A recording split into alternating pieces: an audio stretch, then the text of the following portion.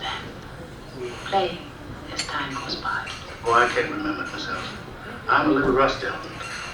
I'll hum it for you.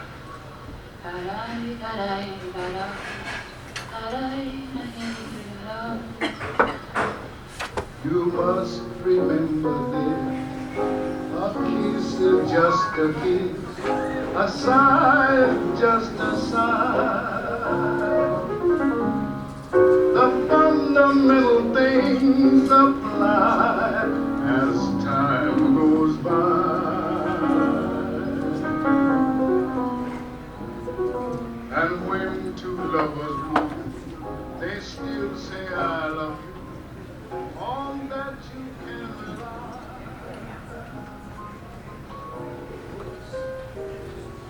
She was so beautiful. Her name was Elizabeth, and I met her at a midnight mass on Christmas Eve. That was over 50 years ago now, but it's still so clear in my memory, like crystal. As clear as though it happened yesterday, which is something of a problem. Because no matter how clear a vision of events 50 years ago may be, yesterday, it seems like new memories can fall by the wayside and vanish, as though yesterday never happened. At midnight mass on Christmas Eve, she had passed out in the pew in front of me because we used to fast back then. I tended to her in the pew. And then afterwards we went to a Christmas Eve party where we got better acquainted. She was breathtaking. I thought she was too beautiful and too lovely to ever go out with someone like me, a fellow who had little to offer. So I decided it would be best to stay in the friend zone, like the kids say. That couldn't keep me from dreaming. This all took place at an army base just outside Munich. I was stationed there as second lieutenant, working as a journalist for the Stars and Stripes. She had just landed in Europe and applied for a civilian post at the base hospital, but there were no openings. So she got a job as a waitress at the officers' club. Those brutal winter nights, those I remember well. She had to walk home to her pension after closing, 2 in the morning. I felt genuinely sorry for her, so I would turn up just before closing and give her a lift home. After a few weeks, she did get a position at the hospital and didn't need my late night rides anymore. But she said she was very grateful for it and wanted to thank me by taking me out to a nice dinner. And I was flabbergasted. Frankly, I nearly fell on my face. No girl had ever asked me out before, ever. And to be asked to a nice dinner, that was a kindness far beyond my wildest expectation. At dinner, quietly sipping my wine, I could barely speak. I could only gaze at her. In a word, I was smitten. After that, we started going out 2 or 3 times a week. I still didn't have the confidence to think of her as a girlfriend. She was at best a delightful friend who for some reason was willing to endure me. We'd kiss goodnight, quick, chaste kisses. And though in time those kisses, these embraces grew longer and longer, I never overstepped the bounds of propriety. I religiously limited my displays of affection to those treasured good nights. I never pushed for anything more. This sort of courtship continued for 3 or 4 months. And in all that time, I never had the temerity to take her hand while we were walking down the street, or to drape my arm around her shoulder as if we were a couple, as though she were my girl. Well, after a time, after a time, I did so want to tell her how much I'd come to care for her, but I hadn't the courage. I couldn't speak the word love, not even in private. That word, I practiced it silently. Elizabeth, I think but it's stuck in my throat. I couldn't even get it to dribble through my lips, not even when I was alone. But then, one evening at a dance in Munich, I pulled her close to me during a waltz, and I whispered into her ear, haltingly, Elizabeth, I think I'm in love with you. Did the music drown out my voice? Did she find my awkward declaration unpleasant? And she wanted to spare me the embarrassment of outright refusal. I couldn't know. All I knew is that my impassioned declaration had received no response, none whatsoever. And so we kept dancing, speaking not a word. At the time, I thought it was no more than the rejection I deserved, because what did I have to offer her? Nothing. Not a blessed thing. Now, a little while later, having gotten a 3-day pass, I determined to visit Paris. When I told her, her whole face lit up. She said she'd love to see Paris. And so off we went together to the city of love. Alors nous sommes partis ensemble à la ville d'amour. Yeah, of course, as propriety dictated, we stayed in separate rooms. We had a glorious time in Paris. We visited the Eiffel Tower, the Louvre, Notre Dame. Our last evening, we stopped at a little brasserie on the Rue Saint-Louis for dinner. Nearby violins serenaded us. Sur le ciel de Paris, under the Paris sky with the Seine flowing past, I once again decided to try and express the depth of my feelings for her. I gathered the words to my throat. They were on the tip of my tongue. All that it required was courage, my courage to set them free. But as I hesitated, she asked me if I had any idea why she had come to Germany.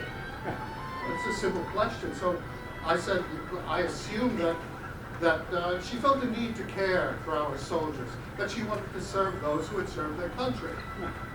She paused a moment, and then she said that was why she had come to Germany, but that wasn't why she had left the States. Now I was curious. I leaned forward, toying with my wine glass, awaiting this revelation. With no preamble, quite flatly, she said that she had run away. It seems she was about to be married. But just 1 week before the wedding, her fiancé insisted on engaging in intimacies which she firmly believed should only be shared by married couples. Well, he got angry. He said terrible things to her. At that moment, she lost all faith in him, in his morality, and she called off the wedding. A few weeks later, she packed a bag and was off to Germany. And that's how I came to meet her at midnight mass in Munich. She sat still for a few minutes, staring at her tablecloth. And then she told me that she had to go back home. She had to sort it all out. I was stunned. I froze. I don't think my face gave away my emotion, but inside, I could feel my heart falling, twisting, writhing in the pit of my stomach. And I thought to myself, what does this all mean for me? Am I to have a place in her life after tonight?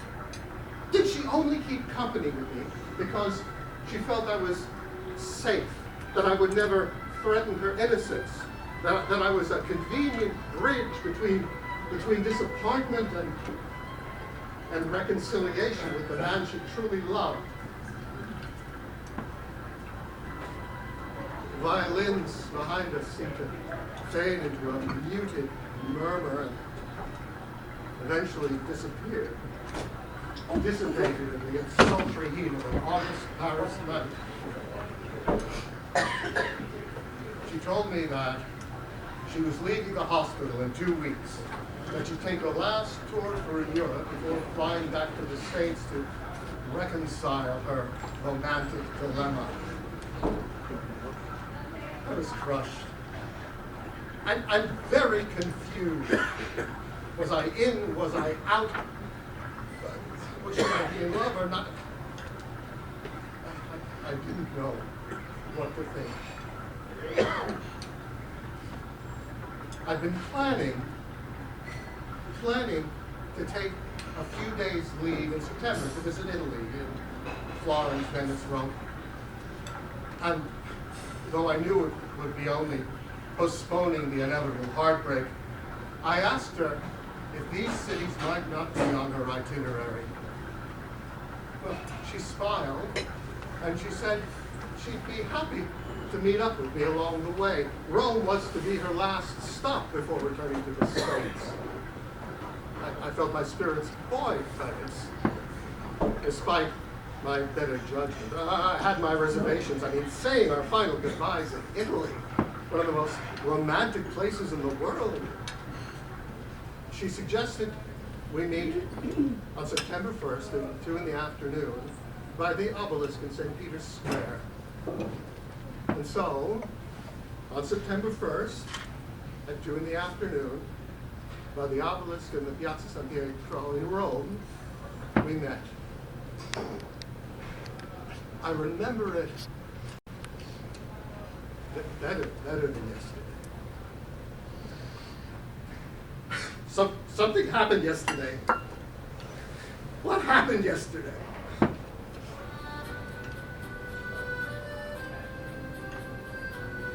Arrivederci, Roma. The tune still plays in my head. It seemed to be playing everywhere we went in the city. Or maybe it was just my imagination. All around us, romance was in the air, but there was emptiness in my heart. She told me she was flying home in the morning. As I walked her home that evening, I realized that in all likelihood this would be the last time I'd ever see her.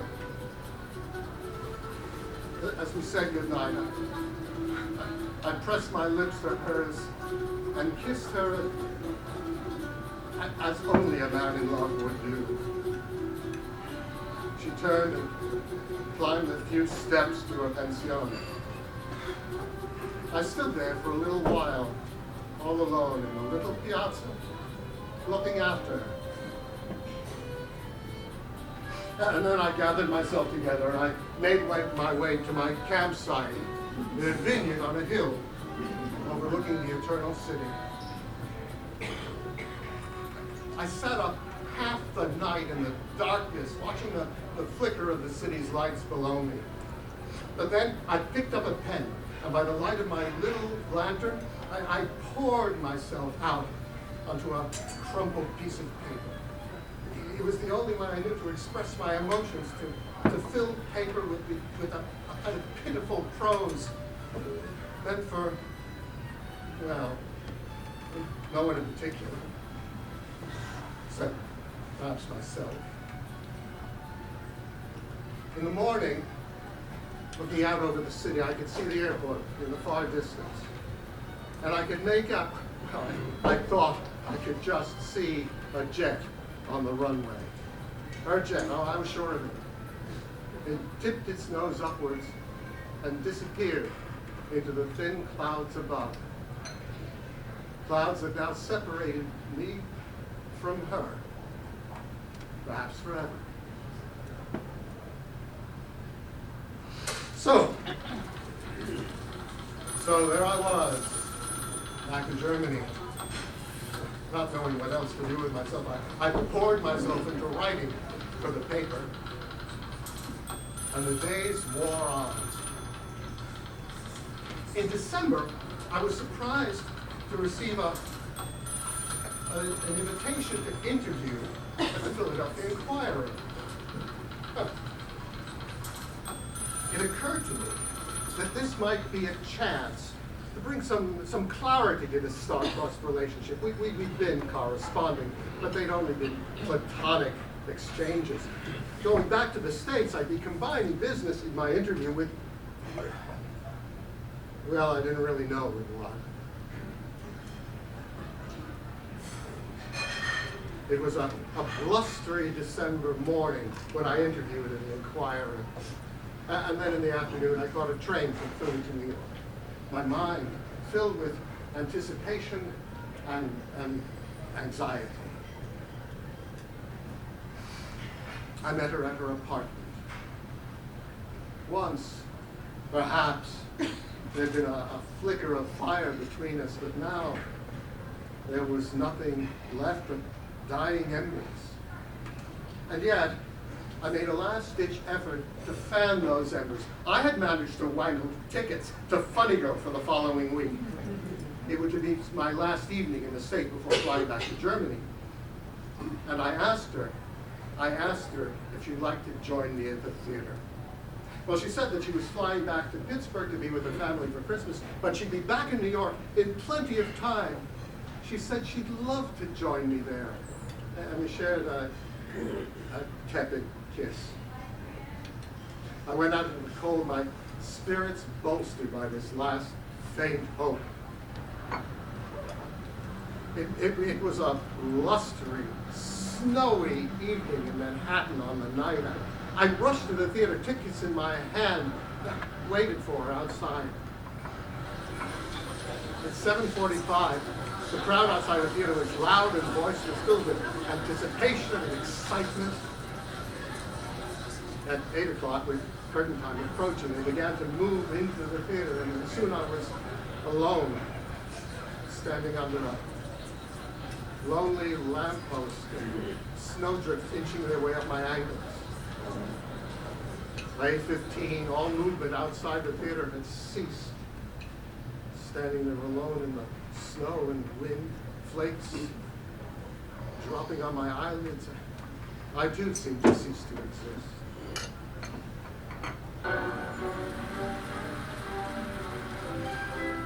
8:30 came and went. From inside the theater, I heard music, laughter, applause, and very special people.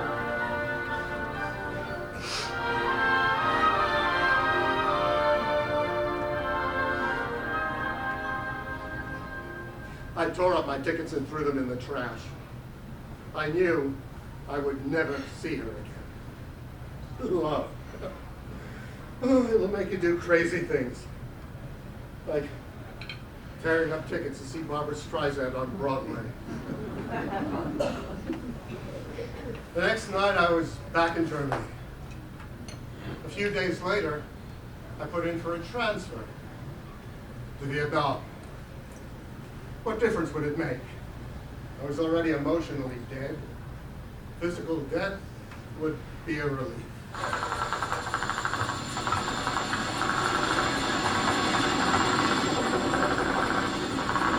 It's strange how daily brushes with death will focus your attention on life, how having to help your comrades in arms will drive every iota of self-pity from your soul.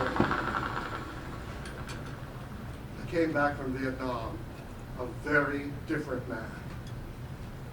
And after my discharge, I became a reporter for the Philadelphia Inquirer. In my spare time, I began writing fiction, the perfect release writing for my pent-up emotions. And would you believe it? After half a century, 50 years of rejected manuscripts, my latest play has caught the attention of a producer and a director. Like elephants mourning their dead, it's a drama with the Vietnam War as its backdrop.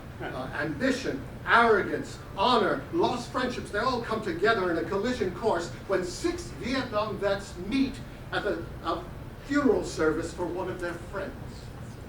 And miraculously, this producer and director were eager to bring it to Broadway. Which brings us to tonight.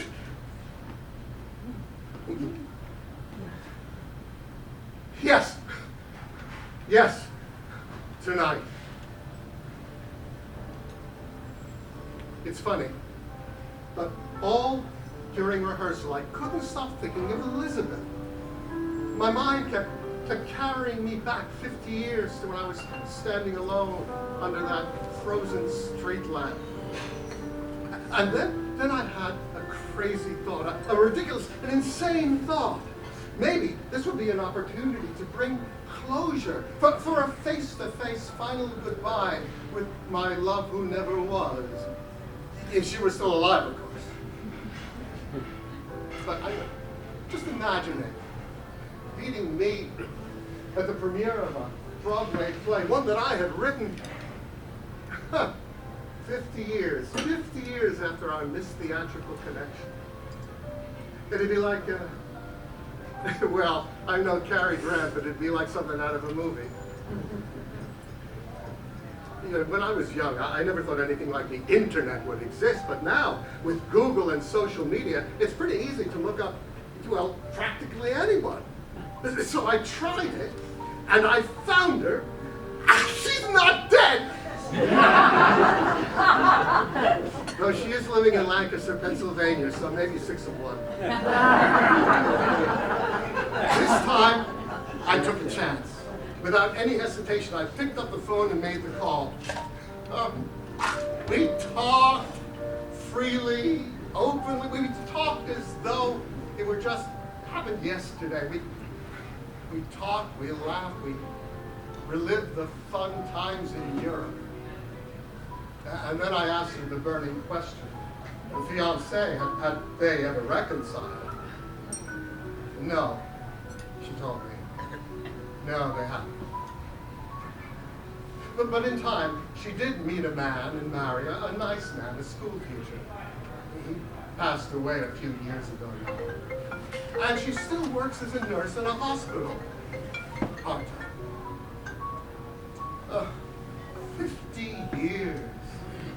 And now, well, what could we do now to expose the feelings I had for her then?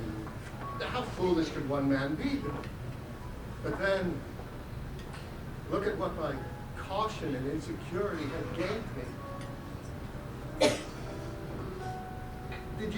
Did you know how much I cared for you in those days? Did you? I knew we were good friends, but I was never sure that you cared for me more than that. But I never knew for certain. But wasn't it obvious? Couldn't you tell how crazy I was about you? How was I supposed to know? You never put your arm around me. You never took my hand, and taking my hand would have said that this is my girlfriend, we're a couple. And sure, we kissed, but I needed a clear sign that I was special to you, that I was not just another date. And I was dying for you to do just that. I was afraid. I couldn't bear the thought of rejection. If I had taken your hand and you had pulled away, or if I had put my arm around you and you twisted your way out of my reach, it would have crushed me.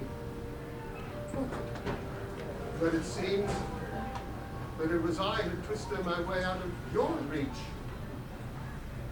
And the price for that has been 50 years of loneliness and regret.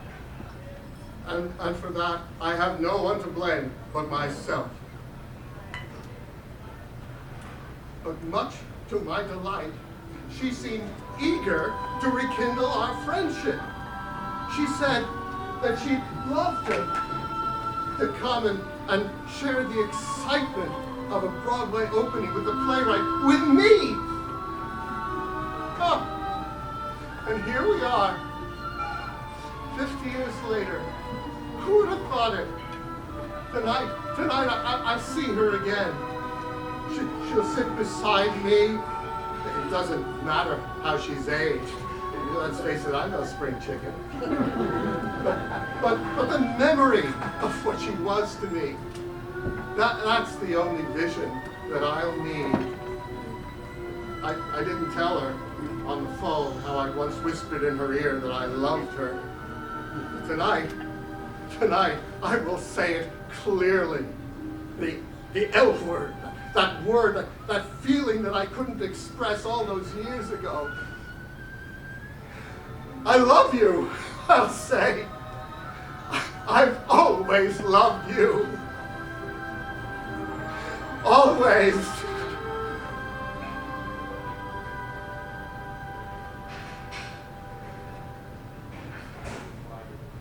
I just wish I could get this tied right. Mr. Conti, how are you feeling this evening? Oh, couldn't be better. Couldn't be better. Well, maybe if I could get this tied properly. Could you help me? And why would you be needing a tie this evening? Oh, didn't I tell you? This is a big night, a very big night. My show opens tonight, and she's coming. Elizabeth. She's going to join me. She'll sit beside me.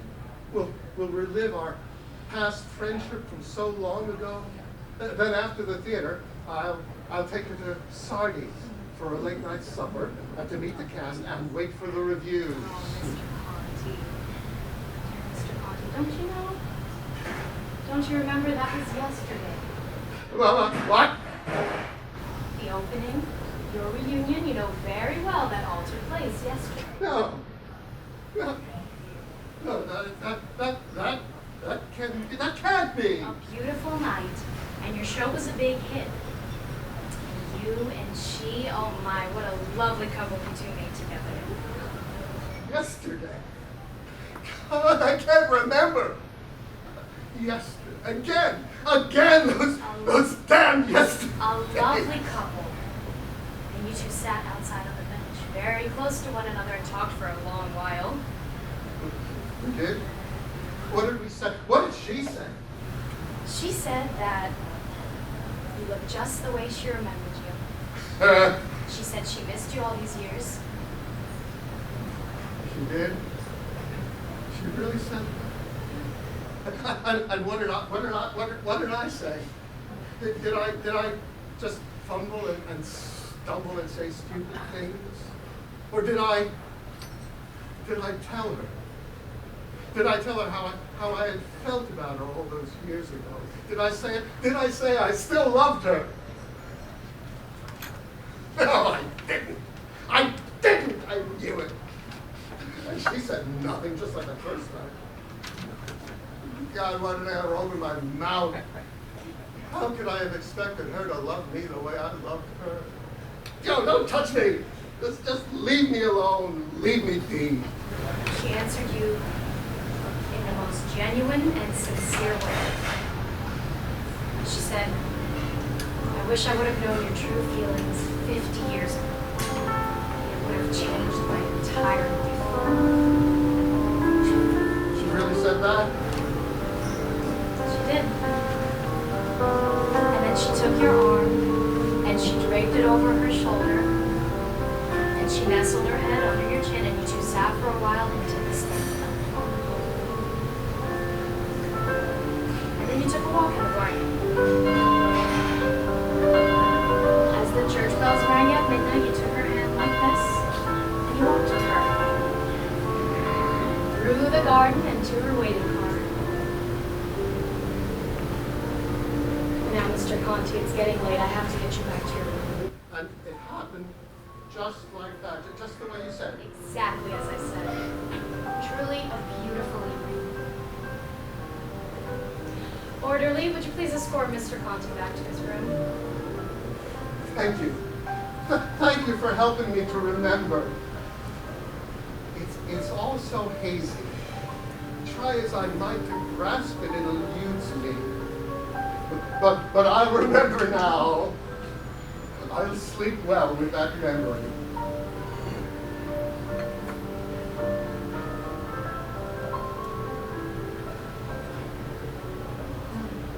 She loved me. She really loved me, just as I'd imagined. I can see us under a starry sky, holding hands at midnight.